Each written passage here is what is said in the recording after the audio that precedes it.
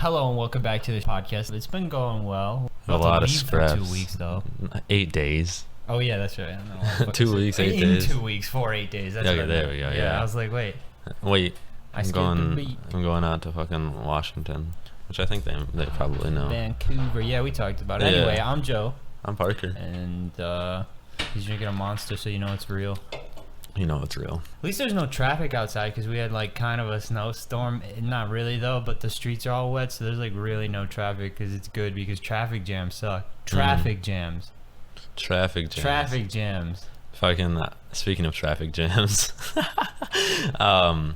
So you know me. I wake up early as fuck in the morning. I just like laying in bed and watching YouTube. So I start watching one YouTube video, and then you just dive into the YouTube rabbit hole. Yeah. And I got into this one dude, and he was saying the title of the video was the 8-year traffic jam. I don't know if there's anything else, but basically, he went on to tell me the viewer that there was in 1967 to 1975 there was 8 boats or some shit. I don't know how many boats exactly, but there was like 8 boats in the Suez Canal that in 1967 the Egyptians and the Israelis started fighting because there was tensions, and so when these boats were passing through, the Egyptians decided to sink some ships at the entrances so they couldn't leave, to like block the to block them. Yeah, and so that they couldn't leave and get out, which the Suez Canal is what allows like Europe to cut down the trip like around Africa. Yeah, right? What is that? Is that the Horn? Wait, which one's Africa? Is that the Cape of Good Hope? Because what's South America? Yeah, the Horn of Africa, right? Because South America is like the dangerous one, right? With all you go down there, there's like Tierra del Fuego and Fago, whatever the fuck. Yeah. Fago. But they shut down this entrance and exit, so they're stuck there for these next 8 years. And I think after a year they started like cycling out the people on the ships because like they don't want to spend their whole lives there, right? For 8 years. I was about to ask, was it a traffic jam across the canal, like the bridge, like cars? No, it was boats. It was boats going through the canal, and so they would cycle them out like every 6 months. Oh, fucking and Cape Horn is South Africa. Yeah, South America. My bad. Cape Horn, South America. I don't fucking know. Why is this so difficult for me, dude? It's like, I swear to God, this is like supposed to be like a saying. I think the Horn of Africa. In Chile. No, it's in Chile. But because I got to know. What's the, Cape Town. No, I'm saying like, what's the South America? When you go around the bottom of South America. South America boat trip name, maybe. Let's see. Cape Horn. Great Capes. But anyway, so Africa is the Cape of Good Hope, right? Yeah. South America is Cape Horn. Yeah, it is Cape Horn. Okay, my bad. So Cape Horn's the one with the shitty weather. I don't know about the Cape of Good Hope. If it's got like decent, nice. Which is more dangerous, Cape Horn or Cape of Good Hope? Cape Horn is not the world's most dangerous place to sail. A more dangerous area is Cape Agulhas on the coast of South Africa. Agulhas? On the coast just east of the Cape of Good Hope, so that's just east of Cape of Good Hope. Yeah. Okay, cool. Is Rocky Headland, or the Cape of Good Hope is Rocky Headland on the southwestern extremity of South Africa's Atlantic coast. So, but anyway, what really interested me about this traffic jam is that they started like, because they were both on either side of the war, right? On these ships, like they were just doing their job, and so, but they all became friends. They had a fucking an Olympics on the biggest why couldn't they just deck. Like row to shore and like go get some food or something? Well, because they had no place to live or anything, so they're gonna live on the ship, and they got cycled out, but they can't leave. Like the ship can't leave. Okay. Is so it like a military ship? No, it's like shipping. Oh, shit. Yeah, and so 8 years on a boat. Fuck that. But also, this other dude was talking about like the most untouched places like on Earth. And of course, like there's like Mount Everest, but he was going through like the death tolls, and I think on Everest or just on Everest, and I don't want to get these numbers wrong, but I think it was like 1 in 7 people make it, or no, 1 in 20 people make it or something. Because then it kept going lower and lower for the next mountains that he named, but there's this one mountain that is so steep that no one has ever attempted to even climb it. Dude, why would, I mean, I guess, but like, I don't understand why you would want to climb a mountain. I mean, yeah, I do, but still, I don't think I would want to fuck with some winter shit, especially Mount Everest where you gotta set up camps. Like, I mean, like, I could. That Alex Honnold shit is like, dude. The free solo and shit. I'm good with the no ropes, man. Bro, he's fucking wild. But I was watching him like a while ago talking about like to him it's just like not like people freak out when they see it and he's just like I'm just vibing, like relax, you know what I mean? Yeah, because I mean it's like it probably just comes as second nature, yeah. Yeah, but Everest, I mean that cold shit is just gnarly. Like I don't know, I wouldn't. I mean, every time cold, like, I'd rather be hot than cold any day of the week. Like, people are always like, yeah, but if you're cold, you could put more clothes on. It's like, but in a survival situation, I'd 100% rather deal probably with, like, a warm climate, right? Unless it's, like, you're lost in the desert. Yeah, you're going to die in the first Then I think I would rather be lost in the Alaskan wilderness over the desert because it's, like, easier to, but then those bears, also, dude. I mean, but if you're just, that's tough, though, because if you think about it. I just don't want to be if you are, like properly clothed. Yeah, for equipped. Both situations. Like if you're properly prepared for both situations, which ones do you think is gonna be tougher? Probably the desert, just because of the water you need and how big it is. But I'm saying like if I'd probably rather I don't know, because you could walk out of the wilderness almost. I don't know, but I would rather be hot than cold because it seems like there's more to deal with when you're cold, like in terms of hypothermia. Yeah, shit you have to worry about keeping warm. Whereas if you're hot, half of that stuff goes out the window. Like if you're in a climate with malaria and shit, you might have to deal with that, like on an island and stuff. But I don't know. I'm not. Maybe it's because I'm not a big fan of the cold because it's like winter right now or something. But I think for me, I don't like the cold. When I was fat, I did, just because I didn't have to wear that many clothes. Fucking sweatshirt. I was the kid that wore sweatshirt and shorts all year round. You just swim with a shirt on? Yeah, but Tommy Salami's typing. Tommy Salami. He's here. Tommy Salami is here. So we're gonna. But let me finish my thought real quick. Do you want to just keep him outside and finish this? No. I would miss the winter. Just getting a little bit of taste of the winter is nice to have sometimes. Yeah, like that's what a lot to like the experience of all the seasons. But anyway, intermission right now. You'll hear us in less than a second. So we're back, we didn't record a Tom podcast because Tom is too. Tom to be on a podcast at this moment, so we're gonna have to. He's just an idiot. Yeah. He got like too schlubered. He was talking about like meats and stuff, and it just didn't make any sense. So we tried. Yeah, he's gonna be here in 2 weeks though, so we'll get him back. He is gonna be here in 2 weeks. But anyway, we ended up not finishing this one either, and that was like 2 days ago that we recorded the first part because we just turned up for the weekend because why not? And now we're back, and it's time to get back to the business. I don't even remember what we were talking. We were talking about like winter or some shit. I think the last thing I said was that I would kind of miss just like a week of winter. Like if I moved somewhere all warm, I would miss like 7 days of winter. You know what I'm saying? Dude, fuck winter. I don't know. I would want like 2 months, and I'd get tired of it. It's just frigid. Like we were talking about. I think we were talking about like all frostbite and all that shit, like hypothermia. It's just like. I don't want to deal with the cold. Plus, I feel better when it's warm out. You know what I mean? I'm just happier. Stuff. Yeah, I'm happier when it's warm out. The sun. The sun, yeah. Yeah, and you feel, dude. Yeah. Dude, I don't like this desk.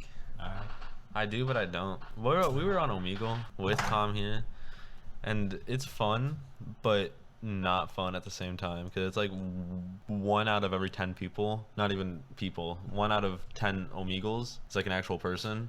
The others are either ceilings or dicks. Well, some people are also really nice, but I don't want to fucking talk to them. There was this one who would not stop showing. She was like an artist, and she kept showing me her fucking pictures, like that she was like drawing. And I was like, listen, this is nice, but I'm like recording a podcast. Like, the fuck? I'm trying to find some funny shit. Like this is, and I didn't want to say this. And to she her. was like, "That's rude." Like, yeah, so I'm just like, watching her show me picture after picture of this scrapbook, and like Parker and Tom are gone, and I'm just fucking here. Because you can't skip, because then you feel like an asshole. Yeah, because I can't skip because it's like I don't want to like discourage her. So then I was just like, "That's great. All right, I'm gonna go now." And find more content. Like, yeah, and then I just fucking skipped it because at that point I was like. But that's what I mean. Like some people are just really nice, and I just want somebody that just doesn't give a fuck that we could just talk to for a minute. Yeah, bro. They're hard to find. They are hard to find. Like, why can't we find like people like us? Yeah, right. But one Normal time, people. not even. One time, Tom and I with Zach We were on Omegle, and we talked to those rappers that we found. We talked to them for 3 hours, bro. Awesome. I was like, what the fuck? Like, there were just like quiet points where we were just like, all of us were on our phones, like searching shit up, but like we were talking. It was weird. I added some rapper that was in Ryan's story, and he constantly puts like, it's a party, slide up to like invite, and I like never do it. I wonder if that's true. I don't know. If I slid up and I was like, yo, let me cut. He's like, anybody, because it's his story, but it's not like a private story. It's like a public story. It's like a public, like a subscribe to this. So is he even in here? Like, no, he's in Chicago. But like, still, what the fuck? I've never tried it. Like, I should try it and just swipe up on him. Like, is that true? If he's an actual rapper. Like, Ryan hung out with him, and I don't know if is Ryan he poppin'? I don't know. I'll check what he is soon. But it's like, I don't want to go to a rapper party because I look at his story and he's always like hanging out. You know, it looks like a rapper's story. Like he's hanging out. But would a rapper be posting for people to come to his parties? Nah, dude. I think he's like just starting out, but I think he's got some like, you know, potential. Yeah, no, like he's doing something, playing some kind of shows or something because he has enough money to turn up. He's got chains and shit, but it's like he's got chains and shit. I don't know. Maybe we should try it out. I have a severe caffeine addiction. I feel like caffeine is one of the most normalized addictions. It's not even like, I think it's safe to drink. It's like what, up to 8 cups of coffee a day or something? Well, it's like 600 milligrams of caffeine or something. Also depends. Dude, I'll never take caffeine pills though. No, I don't think unless I was like at war, I don't think I'd ever take a caffeine pill. Is Adderall's not a caffeine pill. That's just an upper. It's a stimulant. Adderall's just Adderall, bro. Adderall's just that. Like people that, I'm gonna get so much work done, dude. No. Family Guy episode is the truest. Like, just because you do a lot of work doesn't mean it's not shitty. Also, it's like, in my experience, bro, you like have to have ADHD for it to work like super well, because it's just gonna overstimulate your brain. You can't focus on one thing at that point. You're like, okay, I gotta do this and then this and then this, and so you just like do this with the first thing super terribly, and then you go on to the next thing, and so yeah, that fucking Family Guy episode was true. But it's like, I don't know. I don't like uppers or anything like that. That's why I never thought that. Even when I was little, like you watch a movie where there's like snorting cocaine, it's like, oh, and then it makes you go crazy. It's like, yeah, but don't you want to like vibe? Like that's why I like weed. I like, because drinking, I don't know what's drinking. It seems like a depressant. It's depressant, yeah. Uppers with like fucking Molly and shit, you have to plan out. You can't just be taking that shit, smoking that shit. Didn't Tom pop a fucking codeine and then drink? Yeah.